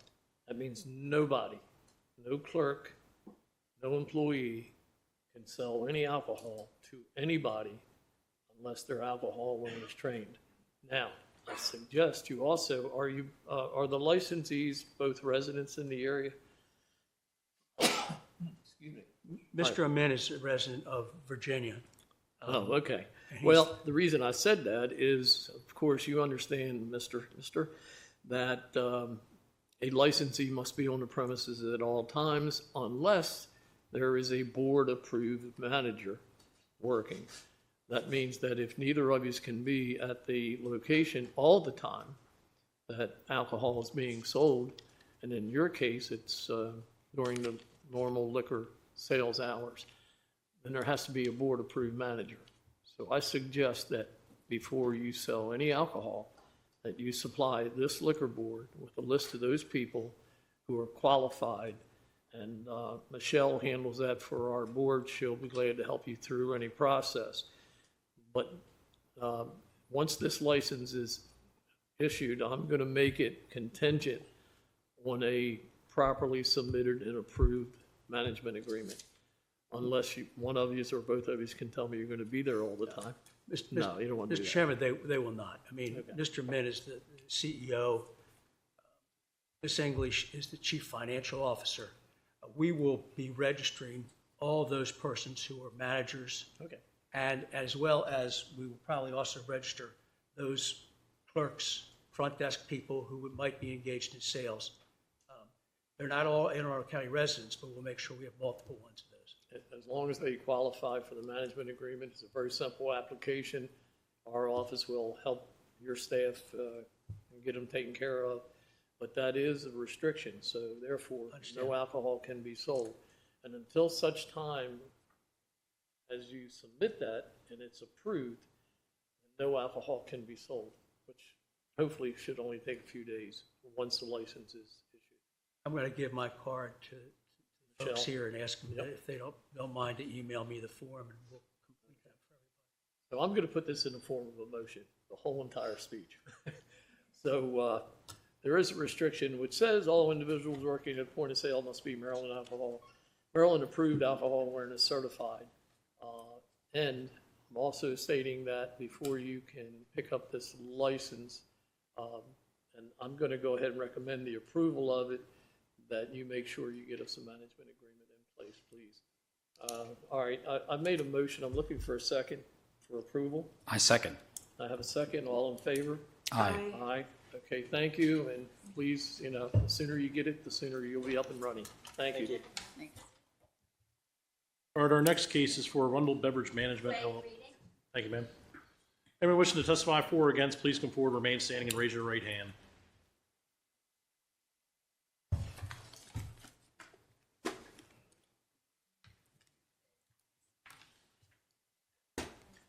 Please raise your right hand. Thank you. Do you solemnly swear and affirm under the penalty of perjury that the testimony you're about to give is the truth, the whole truth, and nothing but the truth? I do. Please be seated. Starting from my left, can you please state your name and address for the record? One last time this evening, again, good evening, Linda Carter, and I'm going to avoid the address just for time. Sir. Good evening, Vinay Kumar Sharma, 2809 Shadow Roll Court, Glenwood, Maryland, 21738. Thomas Talone, 805 Patek Saran Circle Road, Inter, Maryland, 21113. Thank you, everyone. Mr. Arundel. Ms. Carter? Good evening. If I could do this again by proffer, I would appreciate it. If I could please approach. Please. I have some exhibit books. If you can move those in, please, as applicants, exhibit number 1. We are here tonight for a limited service hotel license for the use of Residence Inn Arundel Mills at BWI Airport. I would proffer to the board that all of the information contained in the application remains as true and correct today as it did at the date of the filing. In accordance with, I was going to say Article 2B, I guess that really dates me, the ATCC code, I will proffer for the board that we have at least 50 rooms, and in fact we have 131, and there is a kitchen licensed to operate as a food service facility. And we will in fact be selling beer and wine only if the board approves this license from a pantry. And as you heard Mr. Proffer in the last case, we understand that all of our cashiers, if you will, have to have manager agreements with this board because my client will not be on the premises full-time, and they will all be certified in alcohol awareness, and they will comply with this laws because if they don't, they're going to get fired. Oof. I presented you with what I've been asked to be marked as applicant's exhibit number 1. The first tab is a brief description of the hotel and the things that it contains. At tab 2, there are layouts, and at tab 3, there are photographs of the hotel. And with that, if the board wants to continue to hear me talk for the next 15 minutes, I can. Otherwise, I'll rest and respectfully request that the license be granted. If I may, Mr. Chairman. Mr. Carter, this location is currently licensed, correct? Correct. And this license that you're asking for is a new license that's Correct. approved conditionally upon the old license being submitted at the time? Absolutely. Okay. Mr. Chairman, any questions? No questions. I just wanted to make sure there was clarity, and Mr. Hurdle has taken care of that, and Ms. Carter. Commissioners, any questions? Just one quick question. When you say cashiers, are those the same folks that are checking people in? Correct. Okay. The pantry's right there. Okay, And so check all, in. all of those folks that are standing there checking people in will be alcohol Will be awareness certified? 21 alcohol awareness And their certified names will be placed with on the manager's management ones. agreement? Correct. Got it, perfect, thank you. Very good, thank you. With that being said, I'm going to make a motion, and I'm going to make a motion of approval for the new license with the same restriction that you've heard all night long, and that is all individuals working at the point of sale must be Maryland Alcohol Awareness Certified. Okay, we understand? Good. That's my motion. Looking for a second. I second the motion. I have a second. All in favor? Aye. Aye. Aye. Very good. Thank Good you night. so much, and I just hope y'all took notice of how I tried to expedite tonight's hearings. You did a good job. And Ms. Carter, I hope you feel better. Thank you so much. Good night. All right, our last and final case for the night is WOB Annapolis LLC, trading as World of Beer. Thank you, sir. Mr. Bittner. Anyone wishing to testify for or against, please come forward, remain standing, and raise your right hand. Thank you, sir. You solemnly swear and affirm under the penalty of perjury that the testimony you're about to give is the truth, the whole truth, and nothing but the truth? Thank you. Please be seated. Starting from my left, can you please state your name and address for the record? Mr. Chair, members of the board, good evening once again. Richard Bittner, BITTNER, on behalf of the applicants. Ricardo Martinez, 514 East Central Boulevard, Orlando, Florida. Karan Patel, 602 Strawberry Road, Severn, Maryland. Thank you, gentlemen. Mr. Erdl? Mr. Bittner, turn it over to you. Thank you. If the board please, I'd like to present the case by proffer. Both the witnesses, Mr. Martinez is the general manager from the corporate headquarters of World of Beer, and of course, Mr. Patel is the applicant. Please. Thank you. This time I'll move in our application filed on September the 25th. This, Mr. Chairman, members of the board, is an application for a Class H beer, wine, liquor license, Sunday sales. Entertainment is requested for multiple TVs only. Originally, it was filed with a tasting request that was deleted. So it's a straight up H, beer, wine, liquor, Sunday, TVs for entertainment purposes. It is a restaurant license, and notwithstanding the name of the enterprise, World of Beers, they're a restaurant. We've submitted the menu. It's an extensive menu. There's 130 seats at tables proposed, 30 seats at the bar proposed. The proposed location is 2141 Generals Highway, just outside the Annapolis Mall proper. It is part of the Annapolis Mall properties. The landlord is Annapolis Mall. It's envisioned, as I indicated, to be a primary restaurant. The World of Beer, and Mr. Martinez can speak more to this, the way I've come to understand it, and I have had an opportunity to visit their Rockville location, they have 26 restaurants in 10 states. This would be their third location in Maryland. They have one in Owings Mills. But it's almost, if you would, Mr. Chairman, members of the board, kind of like a wine bar for beer, in that it's not a tavern. It's not a place where you go in and swill buckets of beer.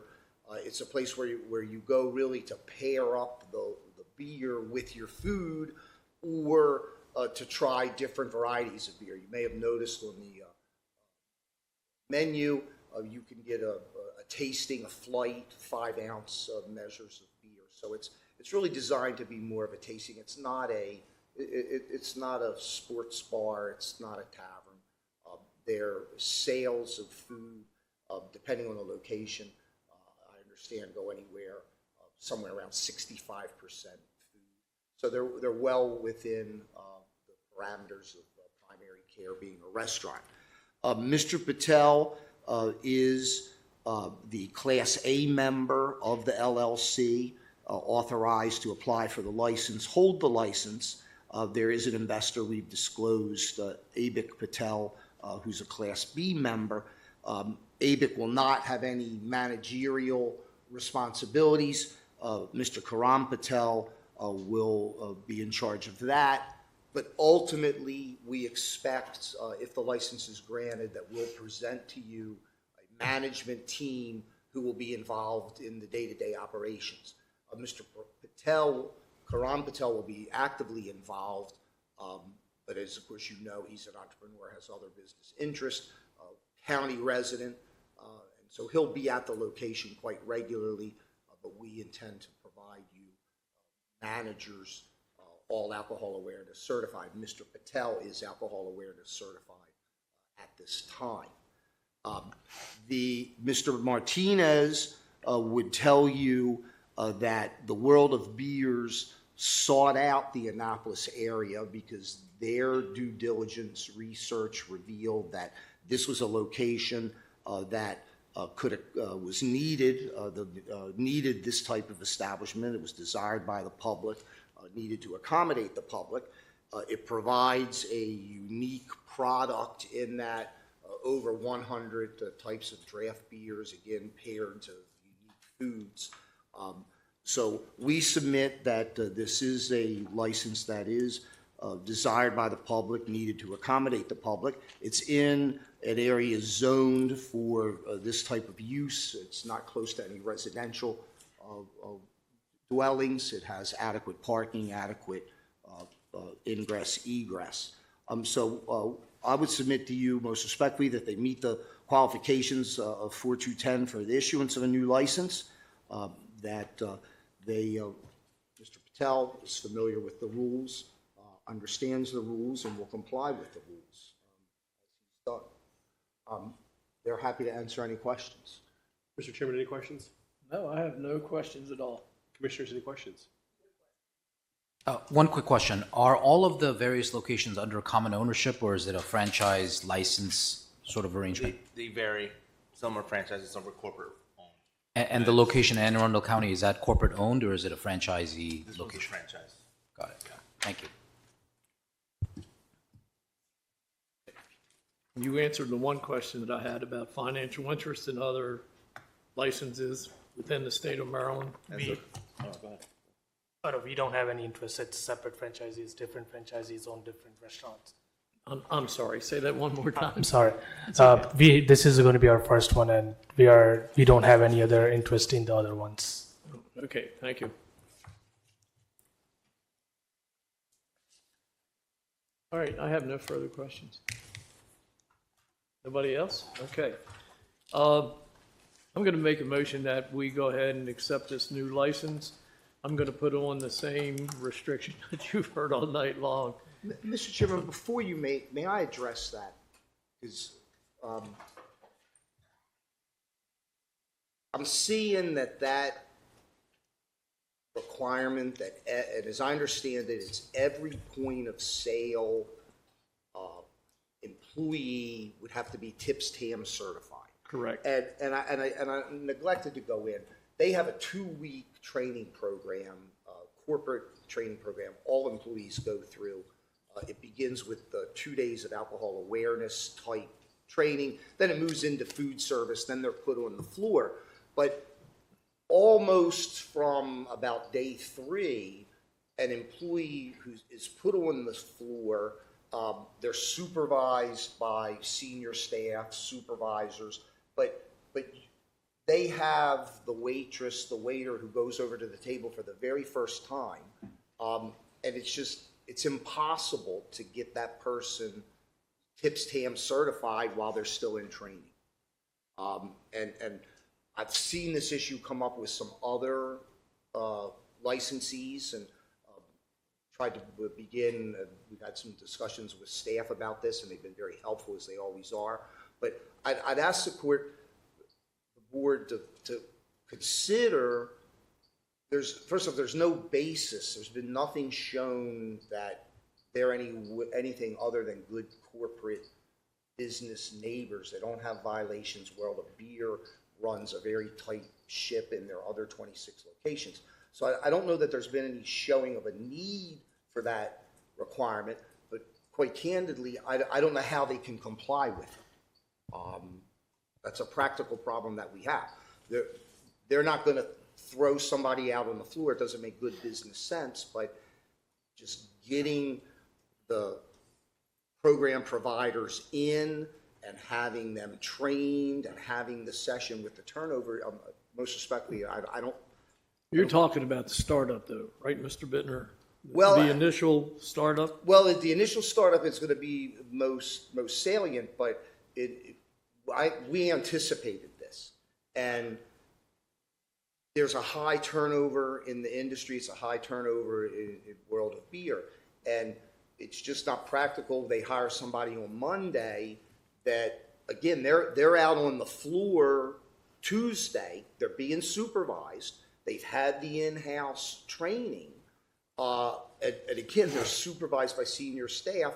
And ultimately, their process is 2 weeks. After 2 weeks, they would hire them. They would be on the floor. Of course, they're still supervised. There's a team concept. It's just not like a one person. And certainly when you're dealing with off sales, I don't think you have this problem where you have 130 seats at a table, dozens of servers, bus boys who are over 21, who may have the title of busboy, but deliver an alcoholic beverage.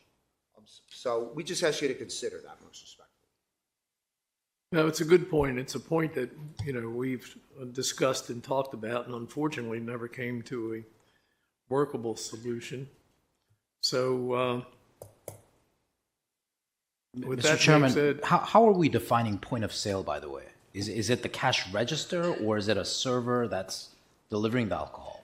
Or I guess sometimes it's a combination. If you have a server that walks up with a credit card machine, then I guess that becomes a point of sale. That's exactly right. And that's where we were using the word point of sale, meaning it whether it be a credit card or whether it be taking it up to the bartender so that they can ring up the drinks and so forth.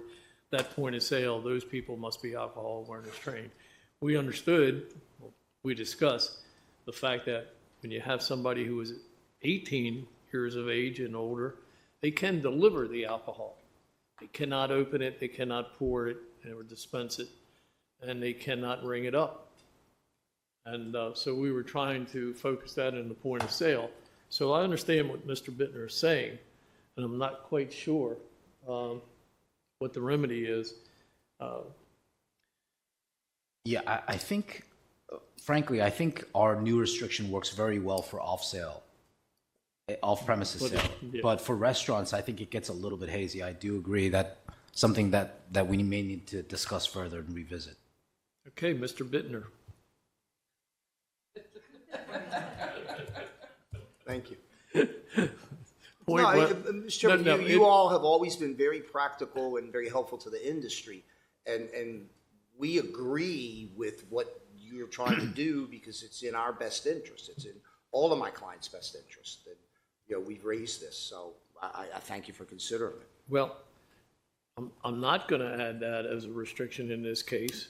We're going to take this and discuss it further. Like I say, it's already been mentioned and discussed within the administration as to how to handle restaurants and hotels and things of that nature.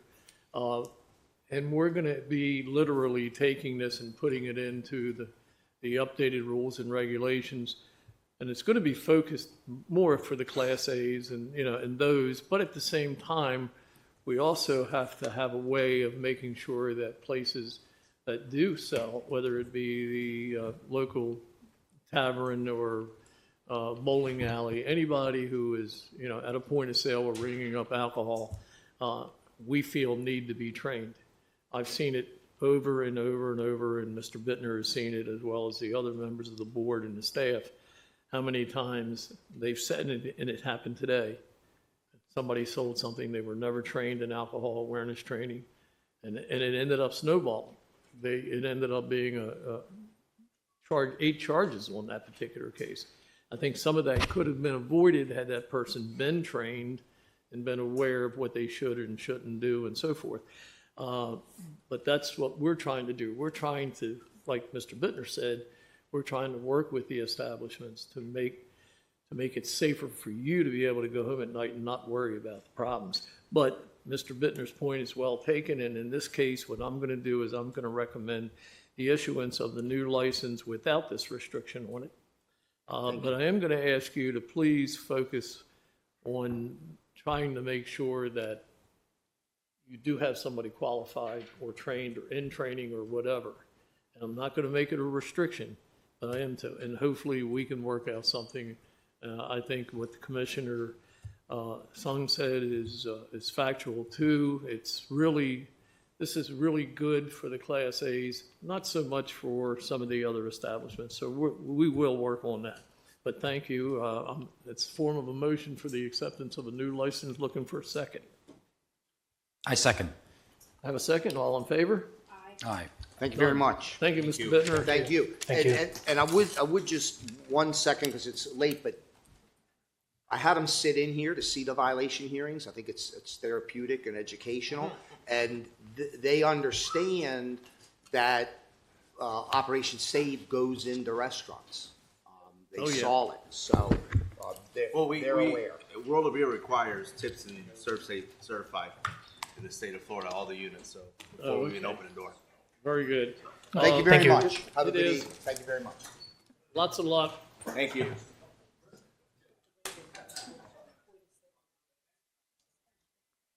Yeah, I know, yeah. Do I have to? I'm having fun. Hearing is adjourned. Thank you.